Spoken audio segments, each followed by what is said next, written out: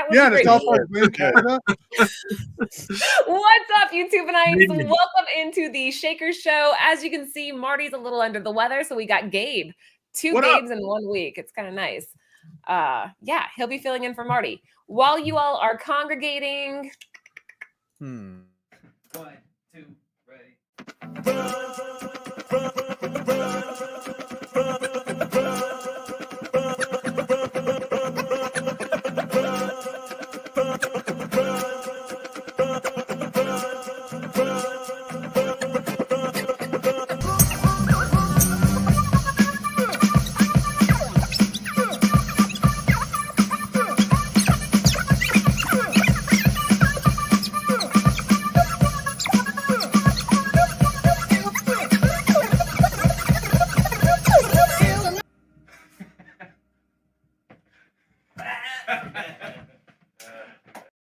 Vibes. All right, we're back. Hey guys. Yo, what's up? Yeah, it's official. All right, Shaker Show, guys. You know the drill. We're here every Thursday, but before we get started, let's do some round table. Chris, we'll start with you. In the honor of Marty, who is not feeling well tonight, what's shaking, YouTubeites? It's Thursday, and you know what that means. It's time to dig into the biggest, hottest, most voluptuous sales of the week. Mm-hmm. I think you're talking about us. All right, very nice. Gabe, say what's good. Yo, what's up, everybody? I hope everybody's having a good day. I spent the entire day tearing up my comic book room. I was trying to find a run comic books that I have. I found them, but I was missing like the first 3 issues, and I just wrecked this place for like 3 hours. And it ended up being on my spinner rack. So I was that spinner rack is gold. I love it so much, dude. I know, that's cool. Those are so hard to find now. They always sell for cheap, premium. There's nothing cooler, more iconography, more iconic of comic books than like a spinner rack. Like, I agree. That's the coolest thing in the world. Your shirt, maybe though. We need to see it. It's mandatory. It's just a Transformer shirt. Very cool. Just a Transformer shirt. That's badass. I bet that it's more than meets the eye. Oh, yes. Oh, man. Do they have the old-fashioned spine crease on those spinner racks? That's true. People would tug on them. No? Not this bad boy. This thing is treated like gold. There's all the best comic books on there, too. Last but not least, Lando, say what's up. ¿Qué pasó, everybody? It's Thursday, favorite day of the week. And yes, I'm sad. You know, Chris said it. Marty's not here. You know, we always miss Marty. But we got Gabe tonight. Yeah. And Gabe brings the fire. So that's got me pumped. You know what night it is? It's Shaker night, guys. You can see it right there. It's Shaker. Everybody grab a cold one and let's get cracking. I want to see the books. Let's go. Let's do it. All right. Before we get going, though, in the chat right now, we have Michael Baker, and he was kind enough to donate a giveaway for tonight's show. Here's how this is going to work. At the end of the night, Michael's going to come up with a trivia question. He's going to let me know what it is. And for whoever's been paying attention, you have the chance to win a 9.8 Feral #2. This is a Bird City Comics exclusive done by Trish Forstner. And Feral is basically the counterpart to Stray Dogs. So if you're not reading it, you are missing out. And yeah, Michael's kind enough to just donate to somebody in the chat. He doesn't have any selling platforms. He's just a guy that started collecting during COVID. And Is that Michael Baker in the chat? Okay, awesome. I didn't know why Chris was so apprehensive about it earlier. Dude, Michael Baker is the bomb. He's not only giving away here. If you keep an eye out for Michael Baker on multiple channels, he's always doing giveaways. He is one of the nicest guys in the community. Thank you, Michael Baker. He's a nice guy. Yeah, absolutely. A great mensch, to use an old term, for a very good person. yeah. Great mensch and should be a blue wrench. So let's keep it going. So pay attention, guys. There'll be a giveaway at the end of the show. All right, if you are just hopping in, this list comes from our friends over at Cover Price, focusing on new high sales or the most interesting sales found on their exclusive daily Shaker list.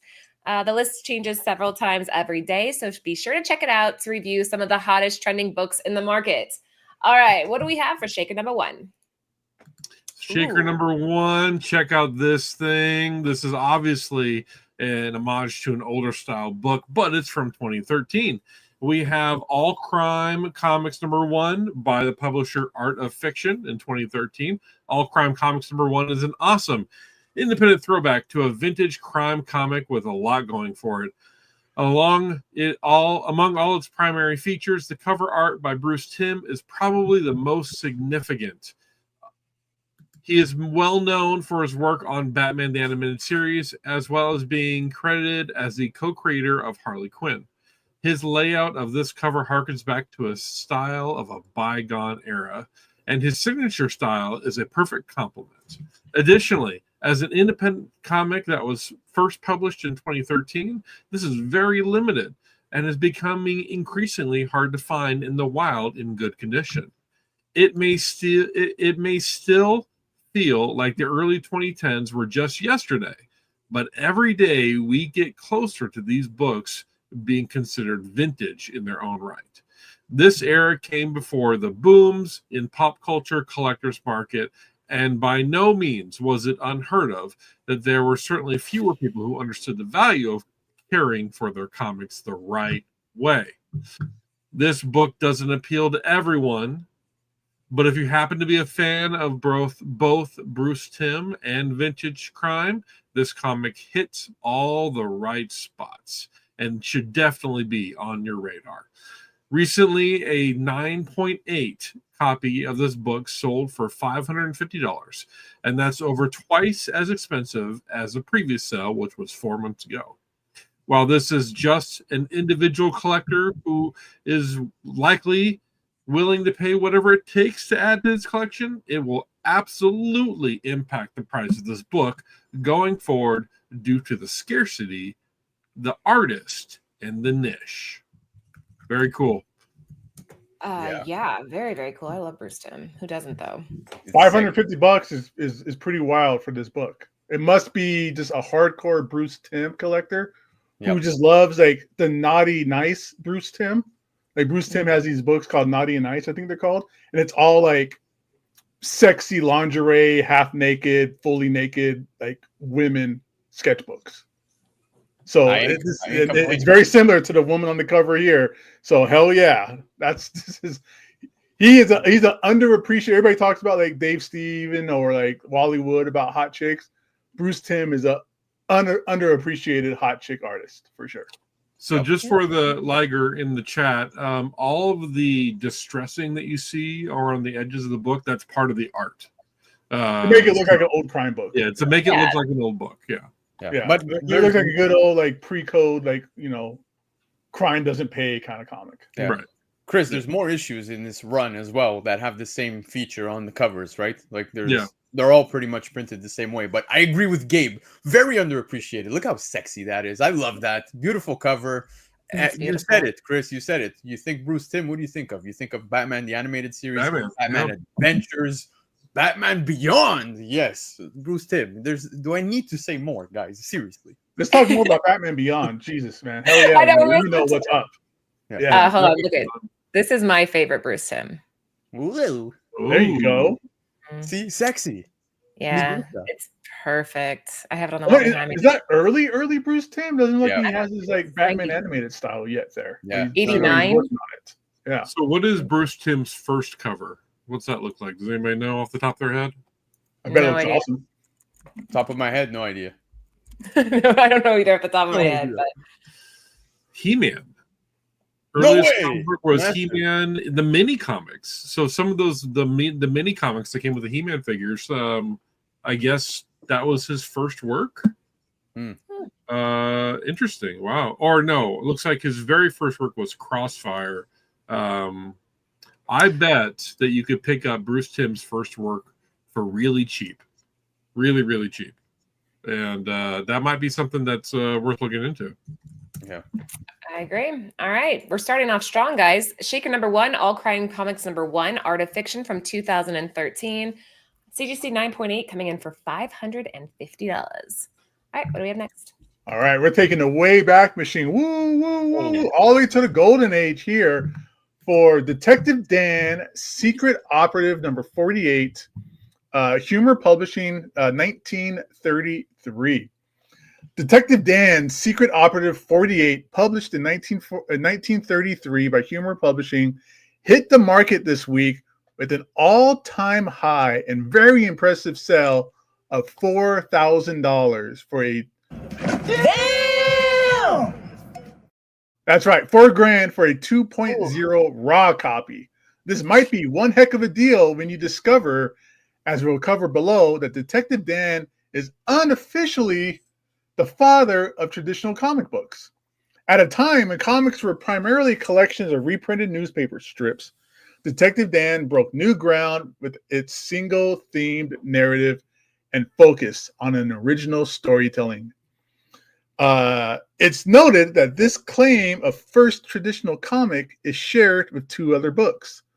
Bob Scully, the Two-Fisted Hick Detective in 1933, and The Adventures of Detective Ace King. I'm seeing a pattern here. A lot of detective comic books back here for sure.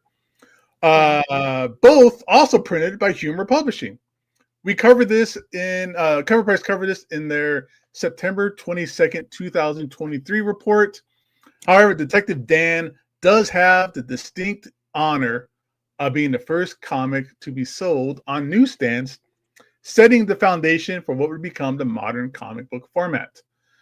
The 36-page comic featuring the detective story, The White Cat Murder, showcased black and white interiors with a striking color cover and introduced readers to Detective Dan, a character inspired by the popular Dick Tracy. Its inclusion of a teaser for a second issue featuring Wu Fang added to its innovative approach. Even though subsequent issues were never published, Wu Fang is thought to have influenced the design of Detective Comics #1 and predated the Wu Fang pulp series by 2 years. By pioneering the concept of standalone comic books distributed through newsstands, Detective Dan played a major role in laying the groundwork for the industry's growth, eventually giving rise to the golden age of comics through rare and largely forgotten until rediscovered in the mid-1990s. Its historical significance cements it as a transformative moment in comic book history, a true precursor to the modern-day comic book industry. Yeah. Red. Damn, Gabe, that was good. Yeah. A lot of good stuff too. Detective Dan, if anybody's into it, if you guys like that kind of stuff, there's also like those little big books of Detective Dan out there too. There's this is stuff I like. I like old time radio shows as well. Like I used to listen to like the Superman old time radio show.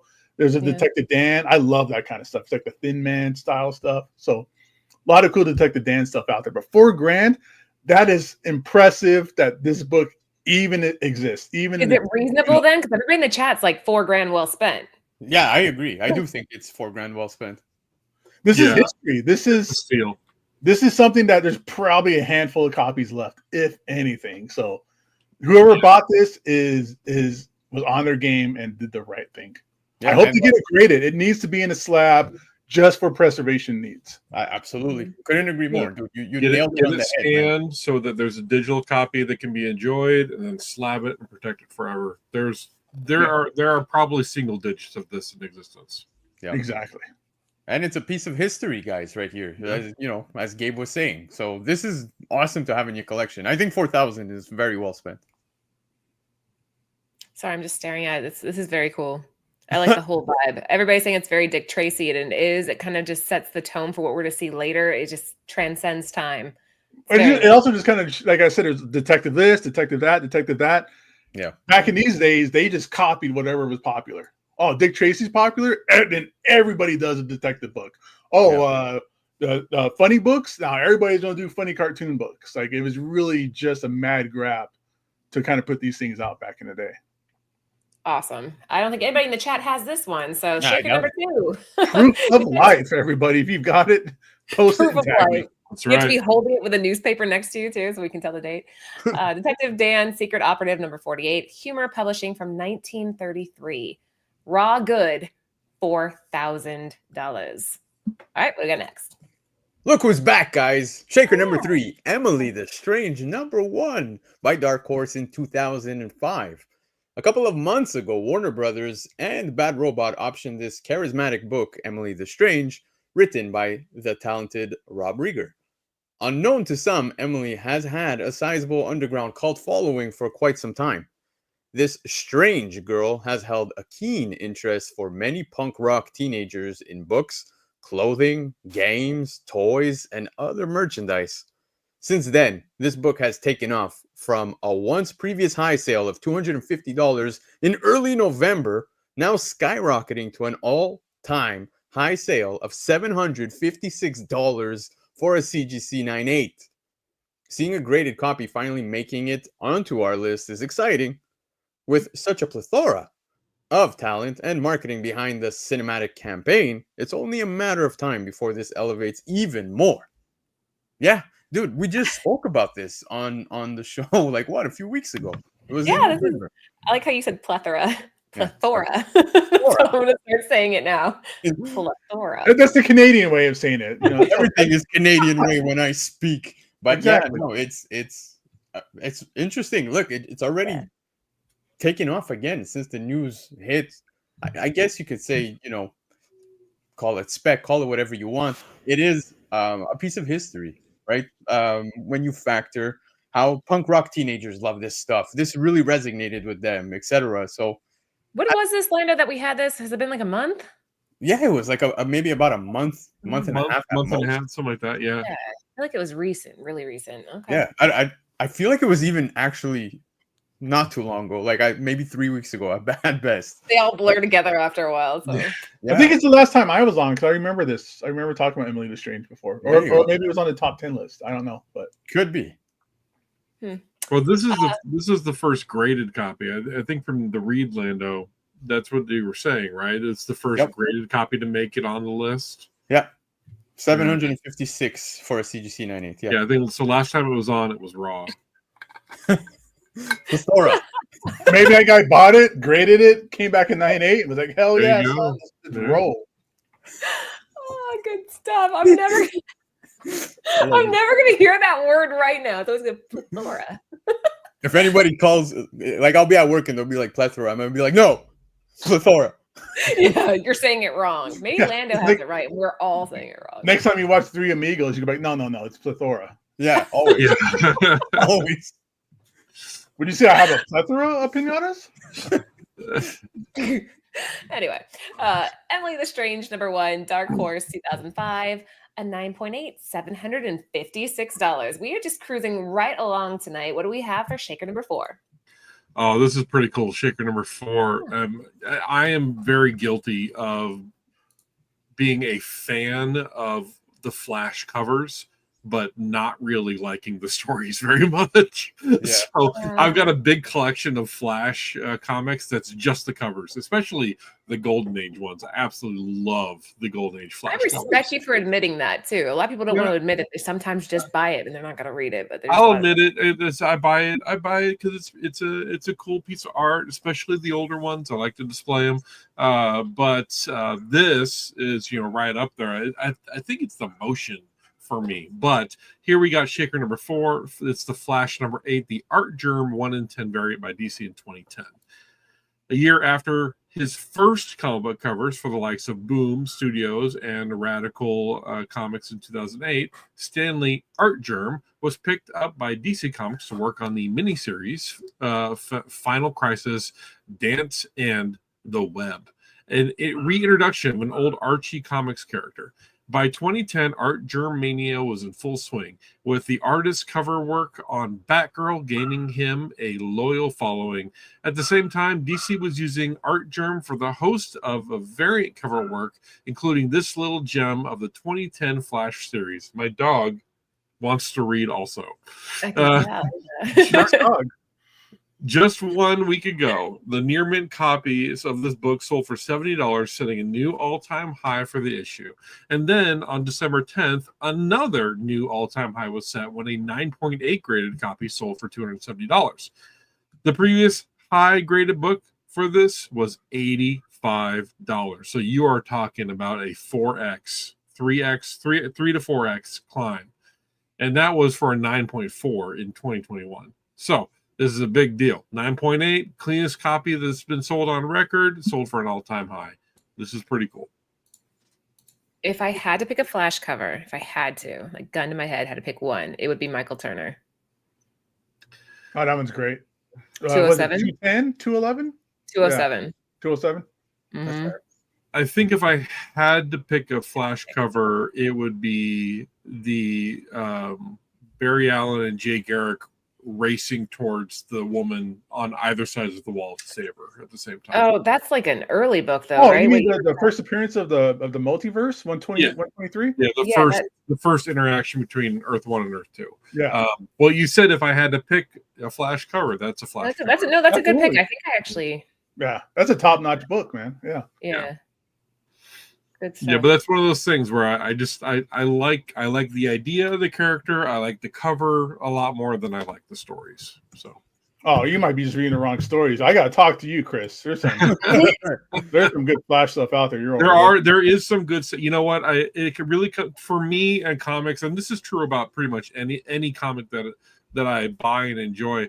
It really comes down to the writer. Like, I can read and enjoy almost anything that Mark Waid writes or Chris Claremont. Both of them are incredibly talented, and I love their styles.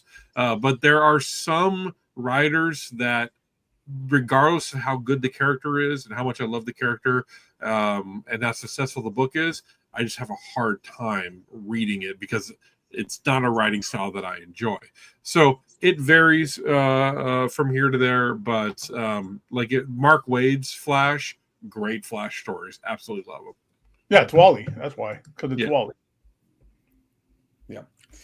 Guys, besides Flash though, Art Germ. Let's talk Art Germ, because Art Germ, obviously, you were just saying DC. Definitely, Art Germ was doing his thing with DC, but afterwards, like now, Art Germ is just his work is. I feel like he never misses. Art Germ for me is just. I love him. I just love his work.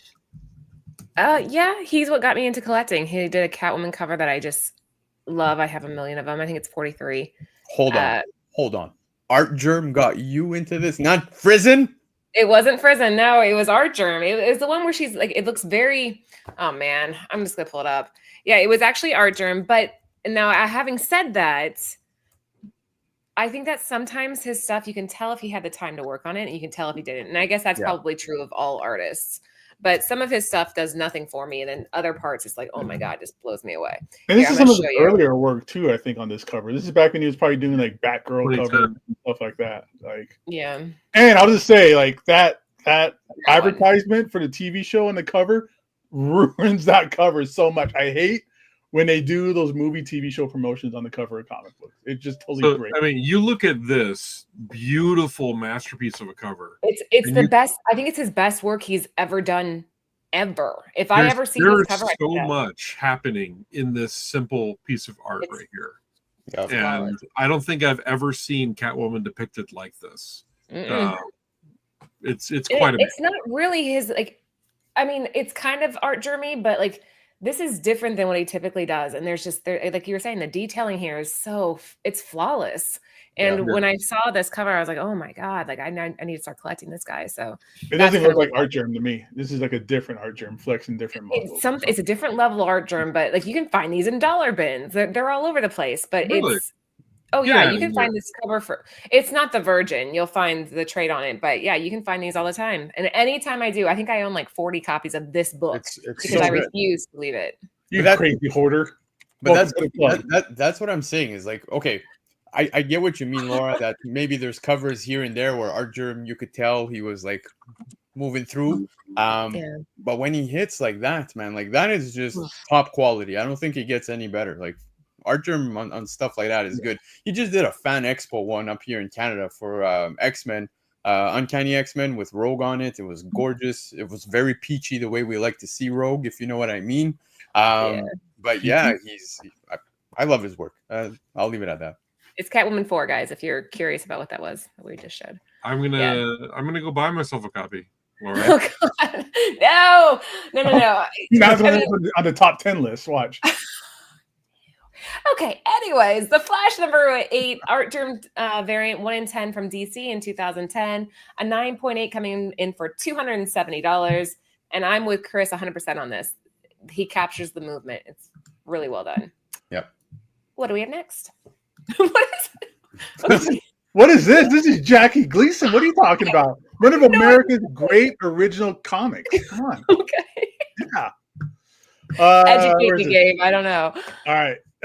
Shaker number 5. This is Jackie Gleason number 1 from St. John Comics, 1955.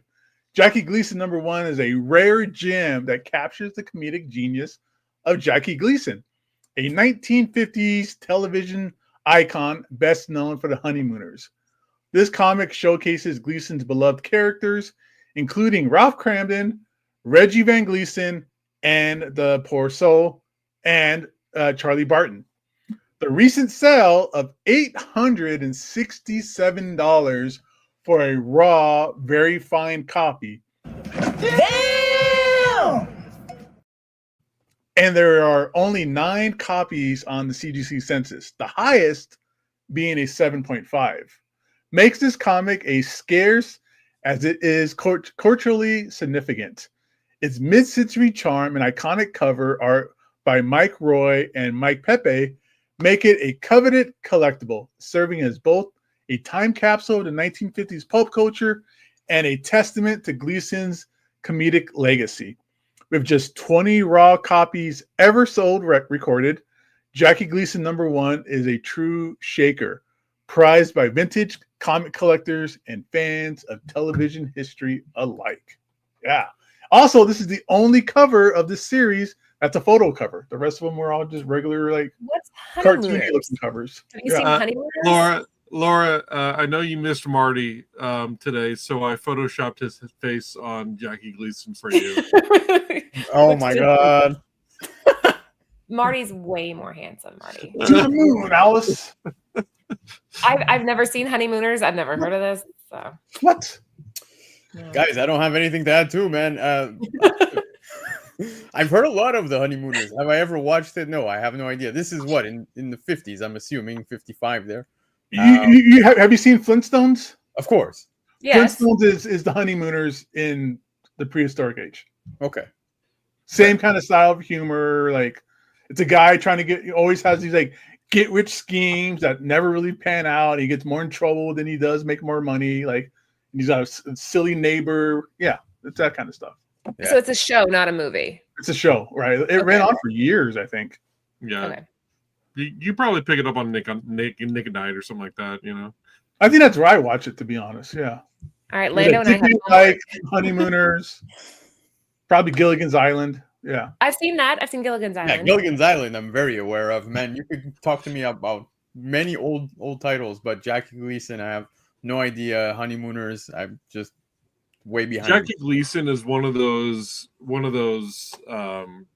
actors and creators that his influence is all over media today. Really, I mean, Homer Simpson is based off of Jackie Gleason. Yeah, I mean, Any dopey dad character is basically Jackie Gleason. From Yeah, very much so. Cool. And it's just that's Sounds just, good.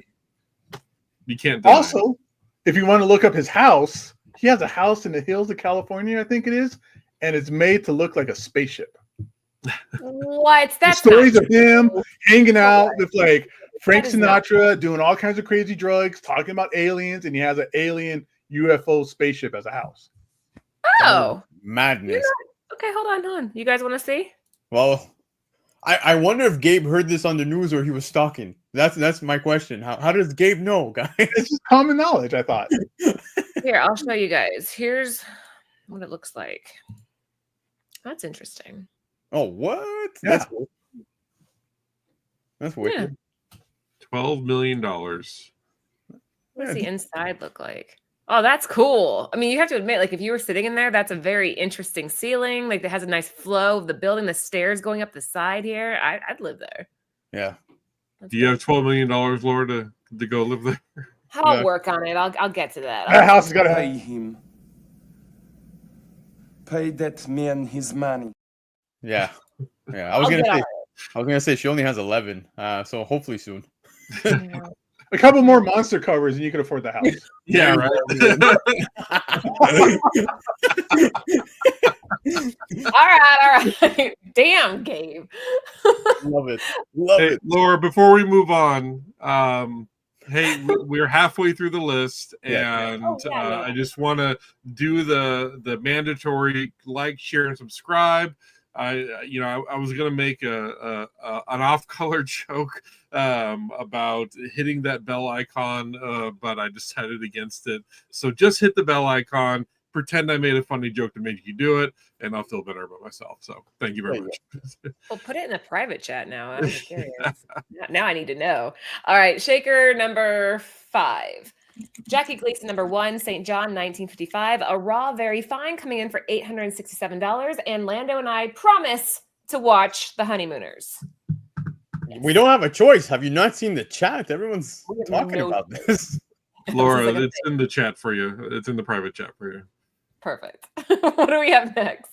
Well, up next, we have La Muerta, Descent number 1, Richard Ortiz Zavala edition, limited to 200. My, oh my. I like this cover. But anyways, Coffin Comics 2016. If you were ever a fan of Evil Ernie, Lady Death, or Hell Witch, you're probably a fan of Brian Pulido. Pulido has been a prominent name in horror and heavy metal-inspired supernatural comic books. In November 2015, Pulido launched a Kickstarter to fund his new book, La Muerta. It was funded within the hour and ended with 4 times the originally requested funding, making it a massive success on Kickstarter.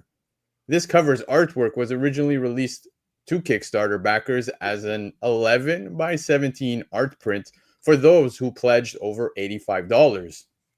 It is known as the Zavala edition as a reference to the cartel enemies featured in the series.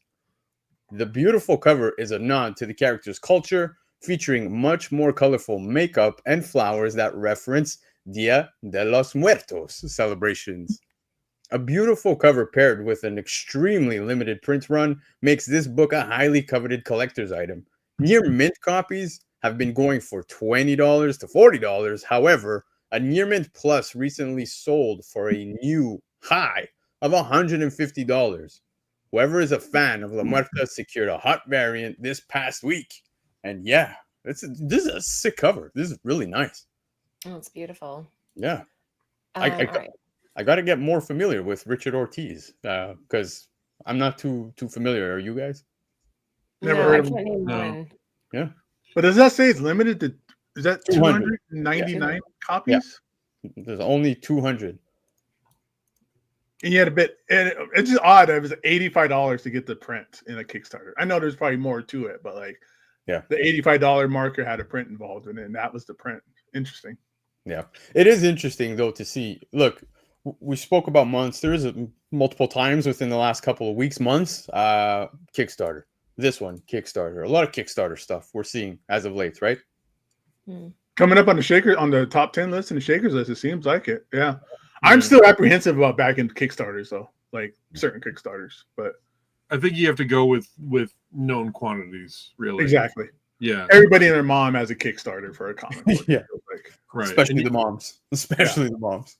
So this the Sugar Skull Calvera, I think is what it's called. I've always been fascinated by that. It's something that I always think is really interesting when I see it on books. There was a Batman book where Nightwing had it on his face recently that I just picked up. So it's pretty cool. It's a pretty cool aesthetic. I know that it's culturally impactful and there's a lot behind it, but even though I don't understand it, I really enjoy it. So Yeah.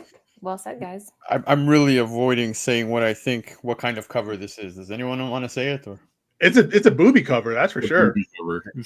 it's the breast. I gotta say. Yeah. Oh, it's the breast cover. It's the breast cover of the show. Is that what you're gonna say? I was going there, but I tried not to. I had to hold it back, but I couldn't. So there you You gotta go. hold back those breasts. Love it. It is. He did the best he could. All right. La Muerta, Descent number 1, Richard Ortiz, the Vala edition, limited to 200 from Coffin Comics back in 2016. Raw Near Mid Plus, $149. Landon's killing me here. All right. What do we have next? Ooh, I got the doggy. Ooh. You could say that crypto is having his moment right now, and you would be correct.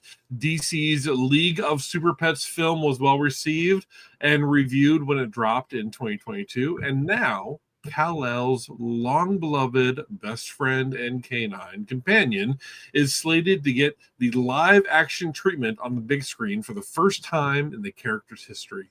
The confirmation of Crypto's upcoming appearance came in the form of a photo dropped by Gunn online depicting Superman and Crypto looking out over the Earth. The noise generated by that photo may at least be partially to blame for one of the shakers this week. A newsstand copy of Superman 680, sporting a beautiful Alex Ross Kingdom cover, hit an all-time high sale of $70 for a raw copy. The cover is amazing, and the character is heating up. But there may be a bit more to play regarding the sale. As discussed on the Shaker Report back in 2013, the newsstand edition of comic books were almost non-existent and accounted for 1 to 2% of the overall issue sales. I think we have a graphic for that. Let me see here. Boom. There you go. Look at that. So we were talking about 2013 is the very end of that time period. So that's pretty cool. With Superman 680 dropping in 2008, it stands to reason the scarcity associated with this being a newsstand is playing a large factor into the sale as well. There have only been 4 documented sales of the newsstand version of this book per the cover price database all time. Regardless, what's driving the sale, one thing can be certain: it's a top-tier cover run by the stunning artist Alex Ross, doing one of his favorite characters, Superman and family. And that everyone should be looking out for this, the Dog of Steel. Very cool. There's nobody better than Alex Ross in this type of like image and iconic. This is like the most iconic image you're going to get out of a Crypto, I think. This is awesome. Yep. Yeah. Everything about this cover. I love that he's sitting on top of a statue. I love that the Superman logo is transparent and you can see through it. I love the brushwork and the artistry involved. The dog's cape flowing in the back behind him, and Crypto just like looking off with his ears all perked up. He's a good doggy. He's a very good dog. I wonder whose dog he used as the model. Yeah, because he always models after pictures and photos, right? Right. So, right. He always shoots like models to do that stuff. He probably came across like a pedigree bag at Walmart or something. Was like, yeah, that's the one. That's some homeless dog that he found and fed and brought back to health and gave to a nice family. Probably. But guys, look, I know what you're thinking. $70 for this book might sound nuts, but I mean, is anyone going to have the capacity to pick up Adventure Comics 210? Probably not. Now, this is a good alternative because it's a beautiful cover. I agree with Gabe. Alex Ross killed it.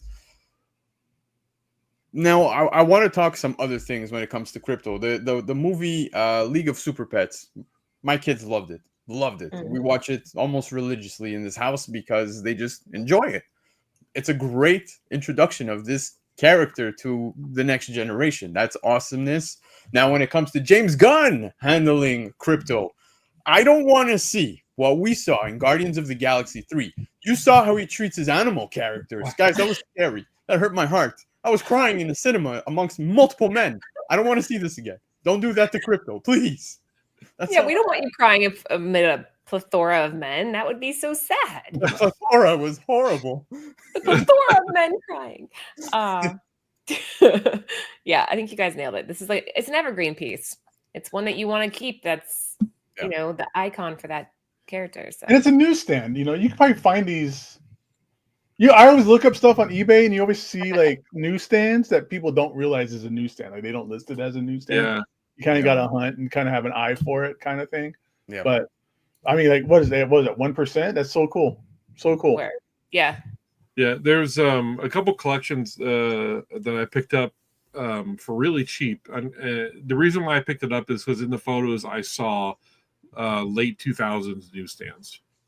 And it's like, you know that those are going to be hard to find. You know what, if you're paying $50 for a short box and it's got late 2000s newsstands in it, you're going to make your money back. Oh yeah. And it was just a given. So definitely look for those late 2000 newsstands. And I guess we should probably play this.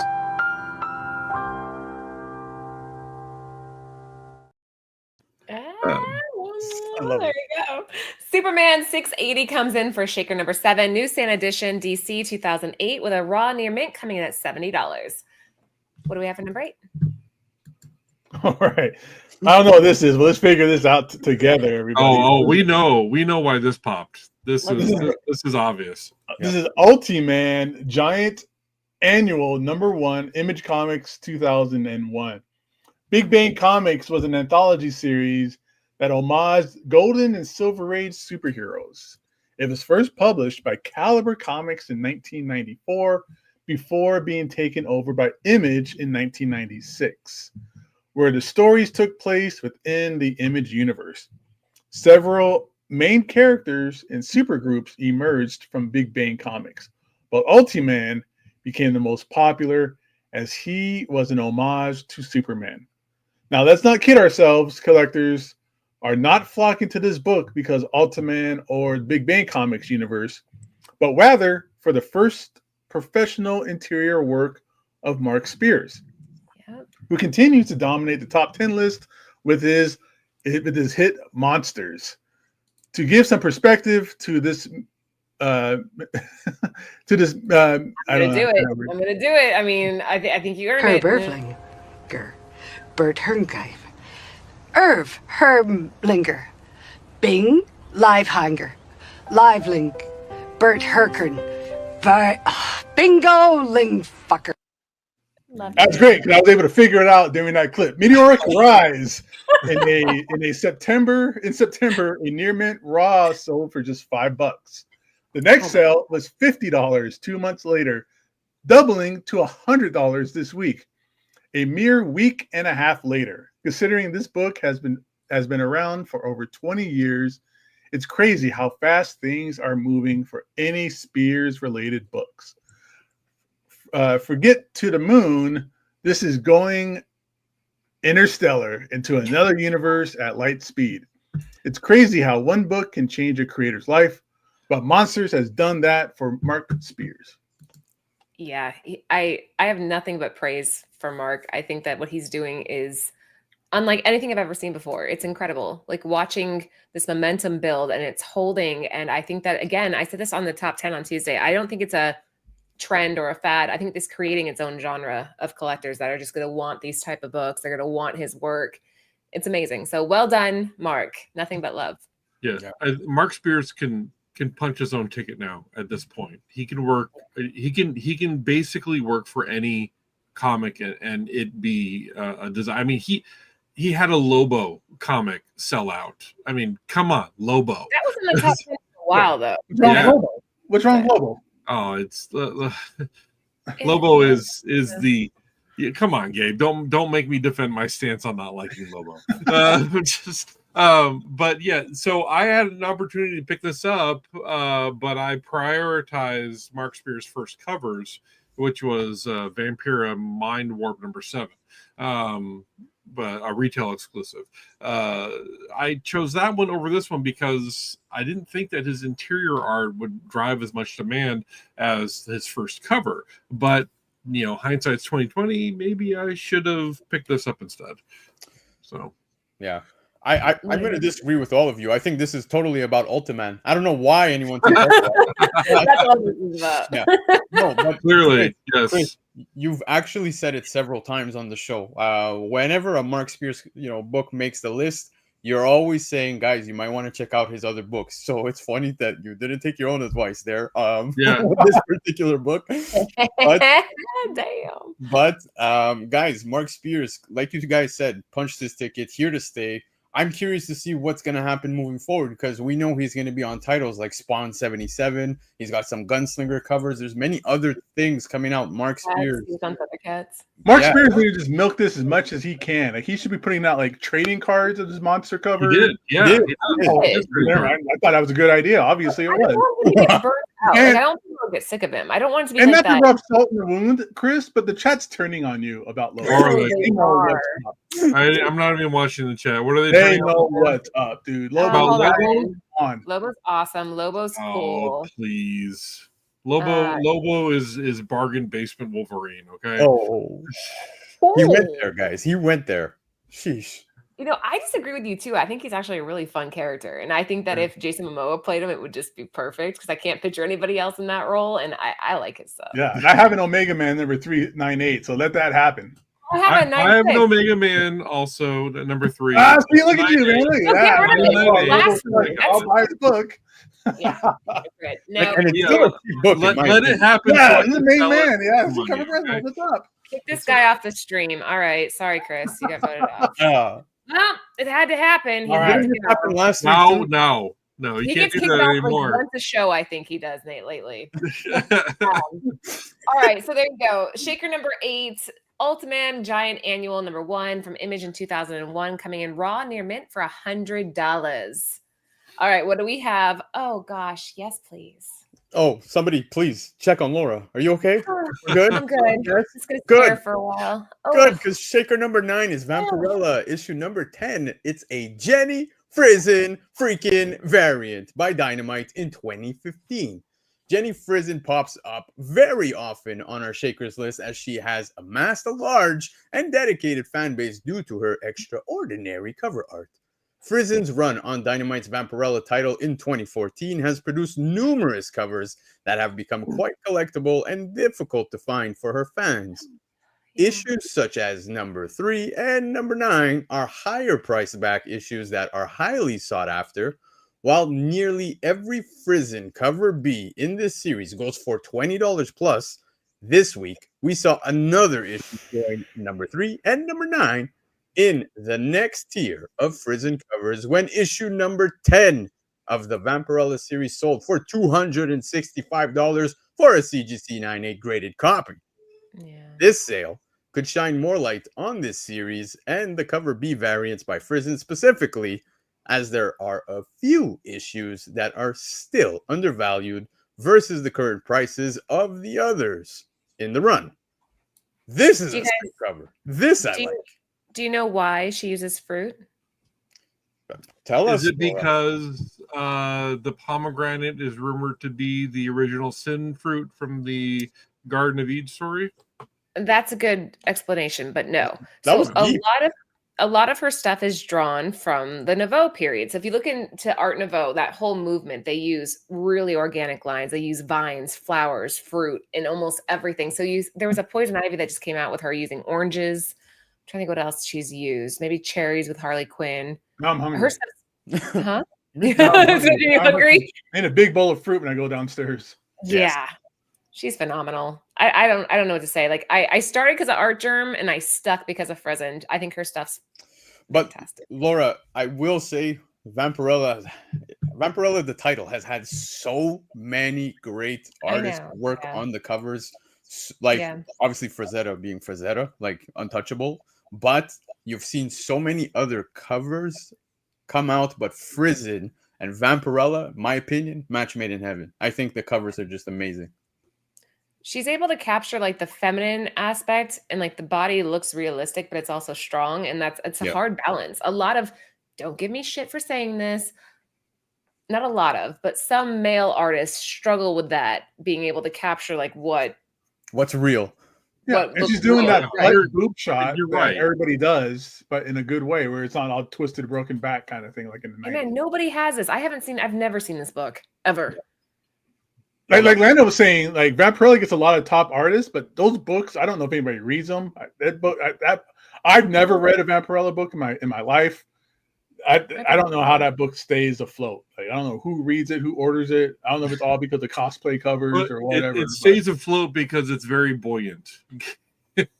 Well, no, the story, her backstory is really good. Again, it's empowering women. Her sexuality is like one of her strengths, and I think that that's appealing even to the female readers.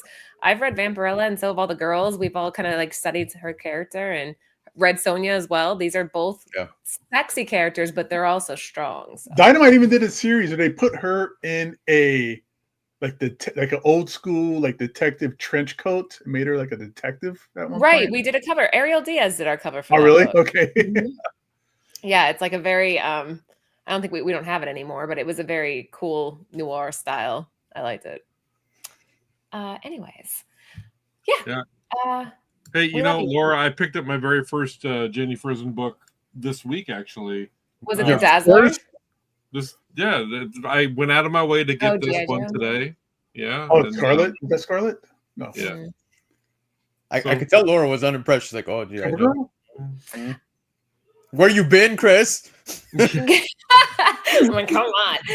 Look up Astonishing Ant-Man by Jenny Frison. You gotta realize that the majority of my comics come from buying collections. I don't get into the LCS very often because all my LCSs are too far away. But now that I'm, traveling on Thursdays, I can stop in the LCS that's an hour away from my house on my way home. So you should come and see us one of these days. All right, I'm gonna do this just because I already threw up my favorite art germ, so it makes sense for me to share. This is my favorite Frison. Of all time. Hold on, it's loading. Think about it. I know this one. There it is. One. Wow, it's like suspense. Look how slow that's loading. This is like 56K dial-up back in the day. I don't know what's happening on my end, but this is my all-time. This is a favorite. Very familiar experience. What an inappropriate cover. What an inappropriate cover. I know people are like, oh, why is that on Ant-Man? But I don't even care. I think the movement of this cover, I think the coloring, I think everything about this cover is flawless. Is she in this issue? No, it's one of those. It's the Death of X cover. It's but I still like it. I think that this is my favorite. I've said it before. I always hate when we see a character on a cover with a title that has nothing to do with it. It always bothers me. I don't know why. But it's ridiculous. That's why I'm with you on that, Lando. I get it. I agree with you, but like this is gorgeous. Like it is gorgeous. Look at the. It's almost like she's like sitting there like, oh shit, now I just gotta go kick some ass. There's something so like submissive yet about to explode about this. Like, I don't know. This is fantastic. If so you've met Jenny a few times. She's actually been in the show. So I got to ask you, Laura, when you talked to her about that comic, the Ant-Man one, did it like pain her to try to fit the Ant-Man iconography into that art? I will tell you this. I've never discussed a comic book with Jenny ever. Even when she did our Batgirl, we did not talk about it. We talked about how's your husband? How's life? So you tackle her in the bathroom, but you don't talk about her work? No, I mean, I just talked to her about like life stuff. And she's just like the most cool person. Like, have you hydrated today? It was more of our discussion versus like comic book stuff. Don't go around asking artists if they've hydrated. A true mom. At these cons, like you can go hours and you're like, oh shit, I haven't eaten. Today. Even just being an attendee, it's like that's like, why do I feel dizzy? Oh yeah, I haven't ate all day. Like, I haven't drank water since yesterday. Yeah, stuff like that. But no, she's gorgeous. She's an amazing artist, and as a person, she's amazing. So I'll get off the Jenny thing. I'm not shocked you didn't talk about books at all. And no, not even a little bit. Actually, that's not true. When I went to her booth, I got the Starfire. Or I'm sorry, not Starfire. Oh my god, help me out here, guys. Firefly.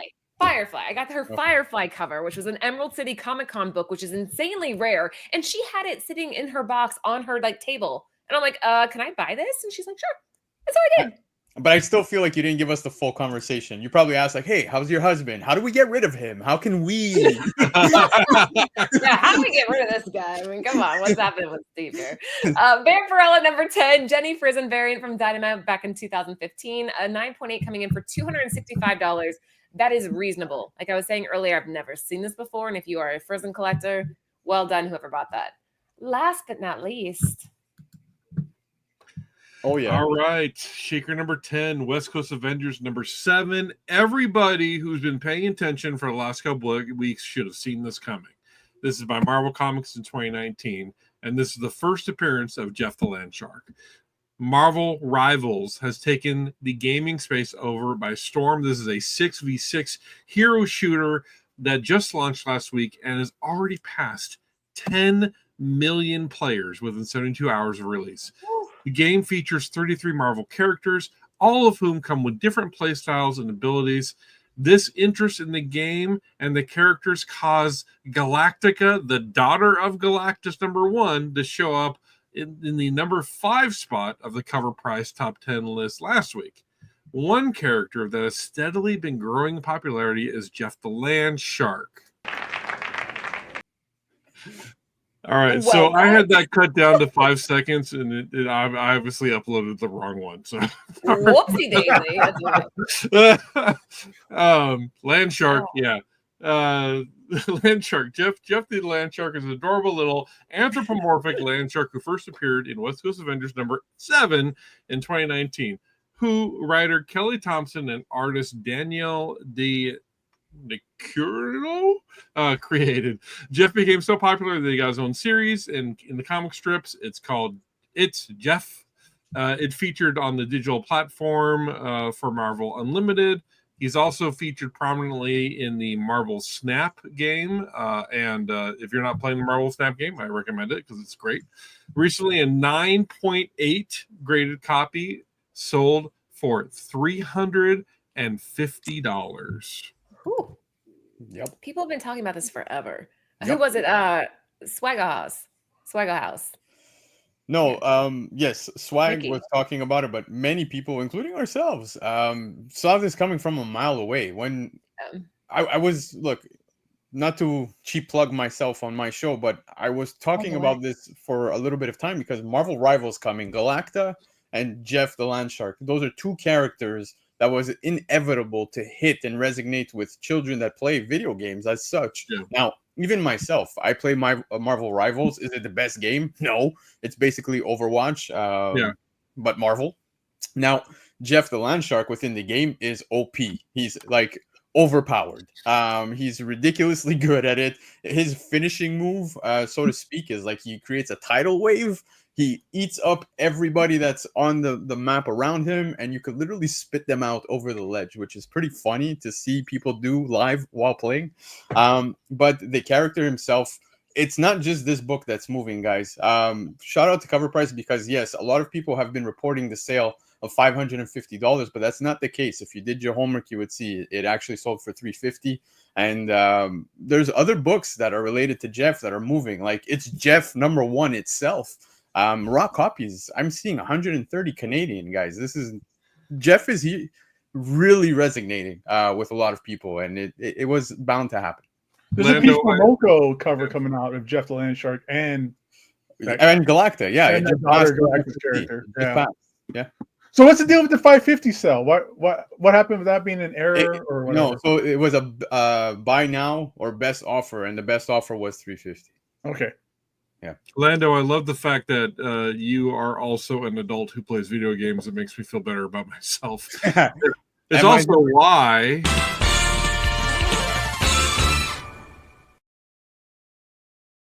He is pretty amazing.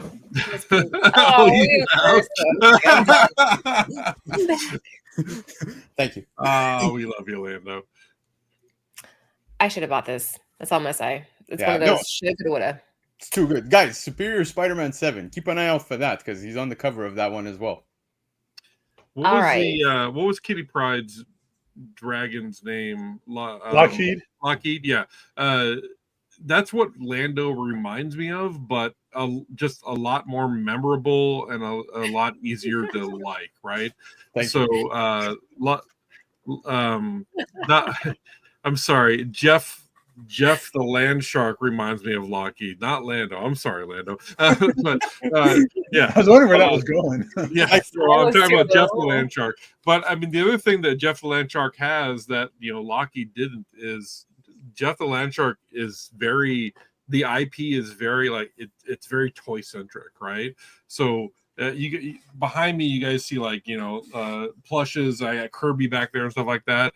If I could find a Jeff the Land Shark plush, I'll probably put it on my couch. They're out there, Chris. They're out there. I believe you. I seem to find one. I think this is gonna be a new thing, Lando. You're just gonna Absolutely. be used to it. It's happening. Plethora. This is gonna carry over into the show Sunday. I know it. Everyone's gonna do this. That was our last shaker, but don't go anywhere because we're doing a giveaway in a second. But that was West Coast Avengers #7 from Marvel in 2019. We are going to see what's shaking here in just a second. But before we do that, let's go ahead and do the giveaway. So here's how this is going to work. This is what you're trying to win, a 9.8 of Feral #2. This is the Trish Forstner Bird City Comics exclusive, homaging it Chapter 2, which I've never seen. Put a starting line here. So here is the trivia question. Whoever answers first, guys, help me keep an eye on the chat so that it's fair. It's going to go off of my feed, though, not yours. If you guys think, oh, on my end, it shows me first. I promise you I'm not going to lie. Starting line. Boom. All right. Here is the question from Michael Baker. He is the donator of this amazing book. What character does Chris buy only for the covers and not actually to read? Oh, What character does Chris buy? Oh, the deep cut. I know this. Read? The deep That's a land cut. shark. he buys That's all the- Candy that's the Corner right Monster answer. cover. Whoever answers first will be the winner of this 9.8. Ooh, I don't. Oh. Hold on. Yeah, there you go. Derek Magnus has got it. No, wait. No, No, wait. I have Yeah, Reef. Hyper Combo got it before. No, right? Hyper No, Camera. no. No. Reef. Above Reef, that one. There you Yeah, go. I have Reef. I Yeah, have Reef. Reef coming in I see. Reef. first, right above Hyper, then Derek. Is that what you guys see? Yeah, I see that too. All right. So Reef, the Sea Forever. He was a smartass and put Jabba the Hutt, and then he ended up winning anyway. You must have really fast fingers. He's like, that is correct. So here's what you're going to do. You are going to message Michael Baker on IG. He'll get it shipped to you just because he's awesome and he wants to be, there you go. Really? This is the man who's giving it. This is the man who's giving it. So, Reef, you're getting something great. Oh, I didn't know there were only 2 of these. Yeah, we had a 500 print run of this, but a lot of them came damaged. It was an all white cover, and I just remember a lot of them were dinged up, and it was difficult to fulfill orders. So I believe that there was only 2 9.8s out there. So, Michael, thank you so much. The entire crew, thank you so much. We appreciate that. Baker, man, you're the best. That's Yeah, really thank nice. you, Michael. So nice. All right, who's covering shaking tonight? I didn't. I've got it pulled up, so we can do There that. you go. All right, great. Yeah. Now let me just adjust. Boom. Yay, Reef. All right, so this is cover price. The shaker report is, comes from this source. So when you log in, you're presented with a whole bunch of things. A lot of the tiles appear, a lot of the frequently things happening, and down here, daily shakers. Now the daily shakers list updates multiple times a day, and it's one of the most entertaining places to go on the site to just discover new things, to see what the high sales are. To see what the important sales are. And that's what our show is based off of. Now, the top 10 show is based off of the quantity of sales, but this show is the most interesting sales. And this is where that list comes from. So we can go down and we can see all these sales. These are all recent sales that happened probably in the last couple hours or the last day or so. Let's go look at that transaction real quick. $6,000 for a raw book, that's taking a chance. What are we looking at? It's a top row, giant size X-Men. Oh yeah, wow. $600 raw, like that's a lot of money to spend on a raw copy. Like there should have been like 1,000 photos of like the staples and like every page. Yeah. Chris, if you don't mind, can you stop at the Hulk 122? We just gave away a slab of Hulk 122 on my show Sunday. I'm curious to know what's the top sale. No, you don't want to know. You don't want to know. What was what was the grade on yours, Lando? I think it was a 7.5. This is an awesome Herb Trimpe cover, I think. So looks like a recent 9.8 sold for $1,500, and you Not said bad. yours was a 7. 7 is valued approximately at $80. So Okay. Not at Not so bad. That's like $300 Canadian. Yeah, that's right. it's like $4,000 Canadian. Can you even mail that out right now? Not right now. Canada Post is on. That sucks. Oh, look at this! This is awesome right here. Yeah. So, for those of you who are '90s teenagers, or even I know. Wizard Comics was just a huge pillar in my comic collecting experience when I was younger. I was a subscriber. I ran into one of the editors at Marvel Universe, the restaurant that they had in Universal Studios at one time. This is Marvel Mania. Marvel Mania, yeah. So Wizard was always my favorite. My favorite feature of Wizard Comics was the top 10 list. You have every issue? Not every issue, but I got a stack. I got a big stack behind me too. But Wizard Magazine has always had a special place in my heart. And the top 10 list was always my favorite thing. That top 10 list is what got me interested in looking for videos on top 10 lists when I got back into comics. That's how I found Lords of the Long Box. So yeah, this is an important piece. I like your icon on your cover price there. I can tell you're wearing Converse in that. Yeah, I probably am. Hey, scroll up a little bit. Go to that our Army at World #1. That's the first appearance of Sergeant Rock. Yeah, that's a grail that I would want forever, but it's so hard to find and it's so expensive. So expensive. Yeah. $1,000 for a 1.5, like that's rough, dude. Yeah, that's like all loose pages, torn cutouts and stuff like that, right? And no, 1.5 is decent. It's probably the cover would be really beat, but if it's missing pages or cutouts, it'd be like a qualified. It'd be a green label. This is my favorite Batman Neil Adams cover. I specified Batman because my favorite Neil Adams cover is the one where he's fighting Muhammad Ali. When Superman's fighting Muhammad Ali. This is my favorite Batman Neil Adams cover. This is an amazing cover by Neil Adams. He left us too soon, in my opinion. Yep. So you can take this list and you can filter and you can sort it and you can say, show me only all-time highs, and I only want to see all-time highs for Silver Age. And we are going to see what the result of this is. Look at that. That's that wacky. This is probably a Carl Banks cover, right? That's why it's so expensive. Carl Barks. Carl Barks. Yeah, thank you. Sorry. Or you can say, show me only variants. You're going to get newsstands and you're going to get variant covers, right? So look at this. This is something that recently came out, C2E2. Unknown Comics Metal limited to 10, 9.8 recently sold for $450. A pretty awesome cover featuring the greatest basketball player of all time. I will hear no different. Look at the fadeaway. Yeah. That's not Sam Bowie. No. It's Tony Moy is the artist. No, right? I mean the greatest basketball player was Sam Bowie. Yeah, I know. That's why I was like, no. Who broke his legs every time he did a jump shot. I love having Gabe on. Gabe's fun. Oh, look, it's the worst character ever. My gosh. That's such a good cover, too. There's so much. It's a great cover. I will say it's a great cover. I just don't like the character. There's Frison. Yeah, some Frison. Somebody's asking to look at the Spawn 303 Singapore con. I don't know which one that is. All the way there, right there, the green one.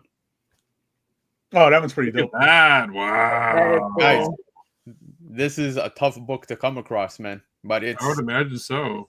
Yeah, you got to spend some real coin to get this one. It's one of 250. Yep. And it was only the Singapore Comic Con, and who's flying? Who from the States is flying to Singapore for a Comic Con? That's nobody that wants to do anything. Laura, nice. I would love to. That'd be so much fun. It'd be really cool. So yeah, I mean, just look at this. This is an incredible book. Absolutely. Okay, so last thing I will do here is we can do. I'm not going to do items in my collection. I want to narrow it down by publisher. So let's say all. And I want to see top 10. I want to go by publisher. I want to look at what are those dark horse comics.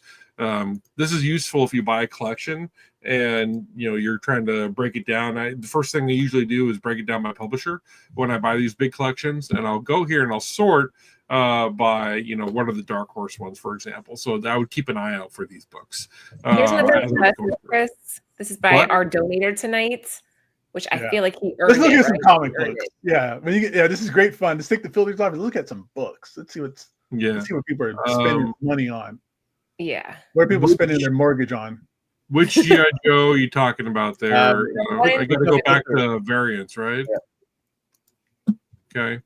Down. And then what row was it on? Scroll down a little bit. It's on the right-hand side. Booyah. This one here? Yep. Yeah. That's interesting. Tom Riley. This one just came out too. Mm-hmm.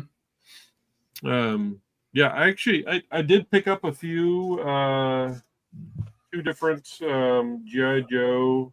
I showed one earlier, but this is the other one that I got. It's got the helmet. Yeah, that's neat. I love it. I'm pretty ready. Lando, I couldn't say no to this. I had to. Yes, absolutely. Everybody should pick this up. I pre-ordered the whole set. I can't wait for it to come. I'm going to put it on my wall. That hurts the wallet, but yes, very good. Yeah. So that's what's shaking. And thanks for hanging out. I'm not gonna go any deeper on that. So No, that's perfect. That was very well done. Yeah, guys, make sure that you like and subscribe if you haven't already. Before we go, we'll do a quick roundtable goodbye. We'll start with Gabe. Thank you for filling in for Marty. I always love having you. I'm glad to be here to talk about some fun back issue. Talk about Jackie Gleason. Who knew that was going to happen today? Yeah, That's true. So I'm glad everybody showed up. I hope everybody has a good time tonight. Enjoy the rest of your night. Thank you for everybody could have been anywhere in the world doing anything, but you're here with us. We all shared our lives together for these few moments, and I appreciate it. Yeah. Lando. Boom. Amen, Gabe, because you chose to hang with us tonight. I had a blast. It was a plethora of things going on, but no, it was a great time. Gabe, I love hanging out with you. I love hanging out with Marty. I love hanging out with Chris and Laura, but most importantly, the chat. You guys were on fire tonight. You made sure to come at me for making that mistake, and I appreciate that. So thank you so much. Nothing but love. And I look forward to seeing you guys again next week, man. It's so charming. It's like one of your endearing qualities. I don't know. All the girls out there are probably like, plethora. He's so stupid, but I like him. Chris, last but not least, last words. Oh, thank you guys so much for joining us. I was watching the counter at the top. I think we peaked at 95, 96. We still got 60 people hanging out with us. You guys stuck around for the shakers, and we appreciate that. So absolutely love Thursdays. It's my favorite time of the week other than sleeping in on Saturdays, and that's only because I get to hang out with you guys. So what does sleeping in mean? Yeah, exactly. Hey, man, I got instant jealous because the last time I slept past 7 o'clock, I think I was 26. It comes when your kids get older and they become teenagers and they don't wake up until 10 o'clock on Saturdays. It gives you a chance to sleep in too. That's true. I heard you, Laura. Did you? Tiny little snippet. Sorry. Yeah. So thank you guys so much for joining us, and I'll be excited for next Thursday, which I think that's the last show of the year, right? Next Thursday. I think so. I got to talk with the guys. I think that's going to be the last show because then the next week after that is the day after Christmas and Christmas Eve and all that jazz. But we'll let you guys know as we get closer if we're going to have shows that week or not. Now, how could they possibly know when we're going to go live? There's got to be a feature that they can do, right? Maybe smashing that bell icon. Maybe that may be something you can do. I'm not doing it, Laura. I'm not doing. I know what you're thinking. I'm not doing it. No, do not. I'll do it. Oh my god. No, but okay, you guys. And one last thing before we go, I'm not allowed to really I can't advertise yet, but Monsters issue 3. You're gonna want to follow Bird City. I'm just gonna say that. That's how you're gonna get the spaceship house. I bought the spaceship house. There you go. Spoiler alert. I'm now living in Gleason's house. No, this is important, Laura. We have to do this also. We have to give the flowers on this. I didn't even know this. Yeah. So everybody, the founders of Cover Price is Matt and John. John and his wife just had their first baby on Monday. He's a brand new dad, which means he gets zero sleep at all. Yes. There's plenty of sleep in their babies. Plenty of sleep in their babies. Not when they're brand new. You got to sleep in the baby sleeps, John. If you're watching, sleep in the baby sleeps. That's very true. Congratulations, John.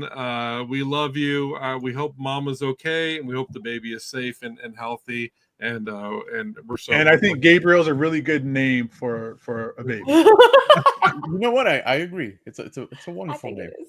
All right, guys. Have a good night. We will see you next week. Stay safe. Jeff the Land Shark is. Wait, Jeff the what? What? Jeff the Land Shark? That's dumb. Oh.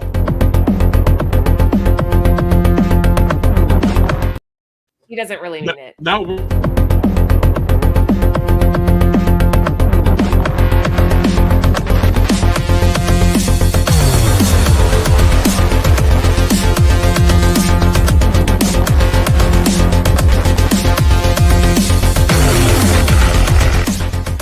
For the entire crew, this is Tebow saying keep digging in them long boxes.